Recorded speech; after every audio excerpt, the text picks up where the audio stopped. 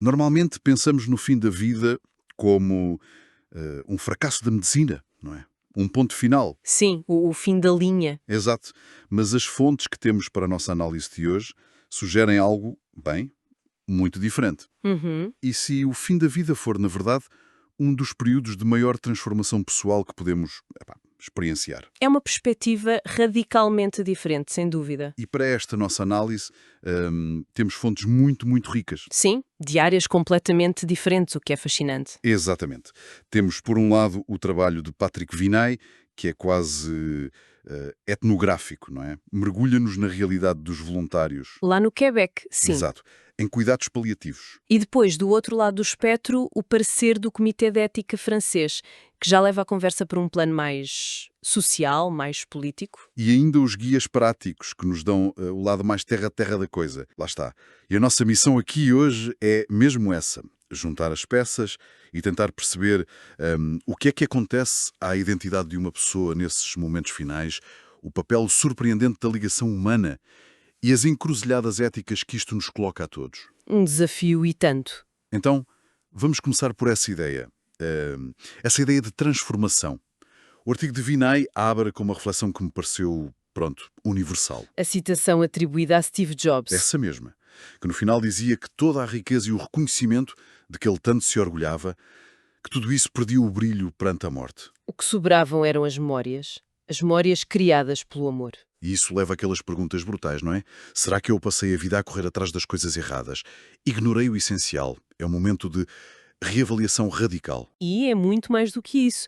Não é só um balanço ou um momento de arrependimento. Vinay descreve-o como uma autêntica reconstrução. Uma reconstrução da identidade. Como assim? Ele usa uma imagem muito, muito poderosa para explicar isto. Diz que o espelho que usamos todos os dias, o espelho físico, é um péssimo juiz. Porque reflete os nossos preconceitos. Exatamente. Se achamos que temos um nariz grande, ele parece-nos enorme no espelho. Mas o verdadeiro espelho da nossa identidade, diz ele, é a pupila do outro. A pupila do outro.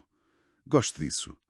Quer dizer, só nos vemos verdadeiramente através da forma como os outros nos veem, como interagem connosco. É isso mesmo. É nas nossas relações que nos construímos. E no fim da vida, tal como no início, tornamos profundamente dependentes desse olhar.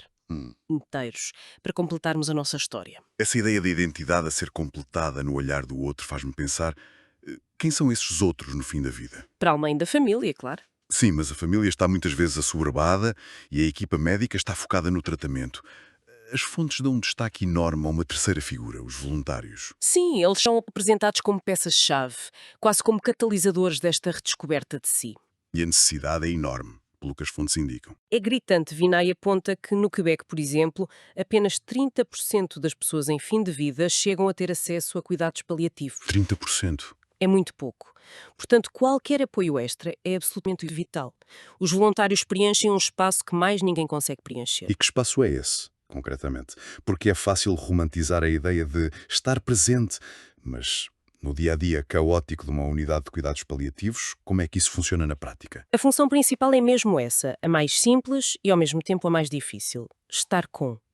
Estar com. É oferecer uma presença que não é clínica, não é familiar, mas é simplesmente humana. Vinay chama-lhe uma humanidade comum. E isso pode ter muitas formas, imagino. 1000 formas. Pode ser uma conversa sobre o tempo ou sobre a vida inteira. Pode ser uma vigília silenciosa ao lado de alguém em coma. E as fontes dizem que essa presença é sentida, mesmo sem consciência. Pois é, sublinham muito isso. Ou pode ser, e isto é crucial, apoiar os familiares que estão a viver o seu próprio calvário e, precisam de alguém com quem desabafar. Mas não se fica por aí, pois não. Imagino que haja também um lado muito prático, muito terra-terra no trabalho deles. Sem dúvida. A ação deles é extremamente concreta. Ajudam nos procedimentos de demissão, por exemplo, que podem ser um pesadelo burocrático e emocional. Sim, claro. E um dos exemplos que as fontes dão, e que me pareceu muito tocante, é o de personalizarem o quarto do doente. Trazem fotografias, um objeto querido, Transformam um espaço clínico e impessoal. num último reduto de identidade. Exato. E depois há os gestos mais simples. Ajudar a beber, umedecer os lábios ou até cortar o cabelo. Sempre com a supervisão da equipa, claro. Sempre, e funcionam como uma ponte. Comunicam à equipa médica um pedido que o doente tem vergonha de fazer ou uma dificuldade que observaram. Então, além desse contacto direto com o doente, há todo um ecossistema de apoio que eles mantêm a funcionar, certo? Sim, especialmente nas estruturas residenciais, nos lares de cuidados paliativos. As fontes mencionam o apoio logístico, que é invisível para a maioria de nós, mas é a espinha dorsal destas instituições. Coisas como? Como as poporrotes rolantes, que é o termo que usam no Quebec para a entrega de refeições ao domicílio, Ah, que giro! o que permite que algumas pessoas permaneçam em casa por mais tempo, o transporte para consultas, a organização de cerimónias de recordação para as famílias, que é uma parte fundamental do processo de luto. E claro, a angariação de fundos. Exatamente. Muitos destes serviços simplesmente não existiriam sem o trabalho dos voluntários. Sabe, uma coisa que me ficou na cabeça ao ler as fontes foi a história daqueles 20 voluntários que foram homenageados por 10 anos de serviço no Hospital de Notre-Dame. É impressionante! Dar 3 horas por semana durante uma década, num ambiente tão exigente emocionalmente, é uma dedicação incrível. Ninguém faz isto só por altruísmo. O que é que estas pessoas recebem em troca que as faz continuar? Essa é a questão central. É uma troca humana profunda. Não é um sacrifício unilateral. É recíproco. É totalmente recíproco. Para muitos voluntários, testemunhar a resiliência, a coragem e o amor no limiar da morte é uma experiência transformadora para eles próprios. É terapêutico. Vinay diz que a humanidade em ação é sempre nova e inspiradora. Encontram ali um sentido que talvez não encontrem no outro lado. E a propósito, um dado demográfico que as fontes mencionam e que me pareceu interessante. 85% destes voluntários são mulheres. O que diz muito, não é? Sobre os papéis de cuidado na nossa sociedade. Diz imenso. Mas se a experiência é tão enriquecedora, isso leva-me a um conceito que o artigo de Vinay introduz e que me pareceu uma contradição. Chocante. Os voluntários infelizes. Sim, Como é que é possível que uma missão tão nobre se transforme numa fonte de infelicidade? é uma chamada de atenção fundamental e mostra que a boa vontade por si só não chega. As fontes são muito claras quanto às causas. E qual é a principal? A falta de integração. Os voluntários sentem-se infelizes quando não são vistos como parte da equipa. Quando o pessoal remunerado os trata com desconfiança. Mete competição, talvez? Medo de competição ou por os verem como um fardo extra, alguém que têm de gerir. Se não há apoio, se não há reconhecimento, se não há um sentimento de pertença, o esgotamento, o burnout é inevitável. Mas essa responsabilidade é inteiramente da instituição. Ou o voluntário também tem de saber gerir as suas próprias expectativas? É uma ótima pergunta. As fontes colocam a tónica na cultura da instituição. Um voluntário, por mais bem intencionado que seja, não consegue operar no vácuo. Claro. Se a cultura da equipa de saúde for fechada e defensiva, o voluntário será sempre um corpo estranho e acabará por desistir. E o resultado disto é o que Vinay descreve com uma imagem muito forte: a desertificação dos ambientes de fim de vida. Desertificação. É forte. É muito forte. Os lugares onde a presença humana é mais necessária tornam-se mais frios, mais técnicos, mais solitários. O que nos leva a outro ponto crucial que Vinay sublinha. Ele diz que não pode haver transformação interior se não houver conforto físico. Parece óbvio, mas... Mas, por vezes, esquecemos-nos do básico. É o equilíbrio perfeito entre o técnico e o humano. O papel da equipa de saúde é, e tem de ser, controlar a dor e os sintomas. É a base de tudo. Sem dúvida. Sem esse conforto mínimo, a pessoa não tem energia física nem mental para refletir sobre a sua vida ou para se ligar aos outros. No entanto, Há um no entanto. há um no entanto. Se o cuidado se resumir a isso, a gerir sintomas, corremos o risco de despersonalizar a pessoa, de a reduzir à sua doença. E é aí que os voluntários reequilibram a balança. Precisamente, enquanto a equipa médica se foca, e bem, na doença, o voluntário foca-se na pessoa, na sua história, nos seus gostos, medos, na sua humanidade. Eles ajudam a garantir que, até ao fim, aquela pessoa é tratada como um ser integral e não apenas como um conjunto de problemas clínicos a resolver. Se a presença humana é tão crucial, mas mesmo assim vemos que há falhas em apoiá-la, como no caso dos voluntários infelizes, isso diz muito sobre as nossas prioridades como sociedade. Diz tudo? E aqui que a discussão salta para uma escala maior, com o parecer do Comitê de Ética francês, o CCNE. Ele começa por diagnosticar um paradoxo da nossa cultura. Sim, um paradoxo muito interessante. A morte está em todo o lado. Nos telejornais, nos filmes, nos videojogos. É omnipresente. Mas na nossa vida pessoal, É um tabu. Exatamente. É negada, é escondida. Vivemos, segundo o relatório, numa cultura tanatofóbica. Uma cultura com medo da morte. E é este medo que alimenta todo o debate social sobre o fim da vida. E esse debate, segundo o CCNE, resume-se a uma tensão entre dois princípios fundamentais. Isso mesmo. De um lado, o princípio da autonomia. O direito de cada um decidir por si, de controlar o seu próprio destino. E do outro, Do outro, o dever de solidariedade, a obrigação que temos como sociedade de cuidar dos mais frágeis, de não abandonar ninguém. E no fim da vida, estes dois valores, ambos essenciais para uma democracia, entram em colisão direta. e vemos as implicações práticas dessa colisão no aumento dos pedidos de ajuda ativa a morrer. O relatório diz que isto é motivado por uma cascata de medos, certo? Sim, e é importante perceber que medos são esses, não é apenas o medo da dor física. Vai para além disso. Muito para além.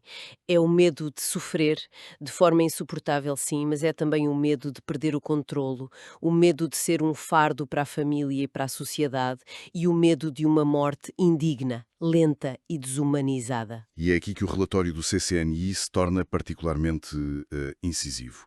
Antes de sequer se discutir mudar a lei, eles apontam o dedo a uma falha sistémica. É o ponto mais crítico do parecer. Eles dizem, essencialmente, esperem um minuto. Antes de abrirmos a porta à ajuda ativa a morrer, temos de reconhecer que nem sequer estamos a cumprir a lei que já existe. Que é, O acesso aos cuidados paliativos em França, e isto é válido para muitos outros países, é insuficiente e terrivelmente desigual. Há um fosso enorme entre quem vive numa cidade grande e quem vive numa zona rural, entre os ricos e os pobres. o que levanta uma questão ética demolidora. Completamente, e eles formulam-na de forma muito clara. Um pedido para morrer pode ser considerado uma escolha verdadeiramente livre. Se a alternativa, cuidados paliativos de qualidade, que controlam a dor, que dão apoio psicológico e social, não estiver realmente disponível para essa pessoa. Portanto, o que o CCNE está a dizer é que esta escolha pode não ser uma escolha de todo. É quase uma decisão por defeito. Exatamente, porque a alternativa que a lei já prevê simplesmente não existe na prática para aquela pessoa. É uma escolha por omissão. É precisamente isso. Eles alertam para o risco de ser uma escolha por omissão, uma decisão tomada por desespero e abandono, não por convicção, e consideram que seria eticamente inaceitável avançar com uma nova lei sem primeiro resolver esta falha gritante. Então, perante este dilema, o que é que eles recomendam? Qual é o caminho? O caminho que propõem é condicional e tem duas partes inseparáveis. Qual é a primeira? A primeira, a prioridade absoluta e não negociável, é um investimento massivo nos cuidados paliativos, tornando-os uma verdadeira prioridade de saúde pública. Garantir que toda a gente tenha acesso. Garantir que toda a gente, onde quer que viva, tenha acesso a eles em casa, no hospital, nos lares. E, ao mesmo tempo, capacitar o doente, reforçando o papel da pessoa de confiança e das diretivas antecipadas para que a sua vontade seja sempre o fio condutor. E só depois de tudo isto estar assegurado é que se poderia discutir a outra parte. Exatamente. O Comitê diz que apenas se estas medidas forem implementadas de forma robusta e verificável é que se abre uma via ética para considerar o acesso legal à ajuda ativa a morrer. E mesmo aí sob condições muito estritas. Muito estritas. Teria de ser para adultos, com doenças graves e incuráveis, com sofrimento físico ou psicológico que não responda aos tratamentos, e este é um ponto-chave, com um prognóstico vital comprometido a médio prazo. O que significa médio prazo neste contexto. E eles definem-no como semanas a meses. Isto é importante porque alarga o critério da lei atual, que fala em curto prazo.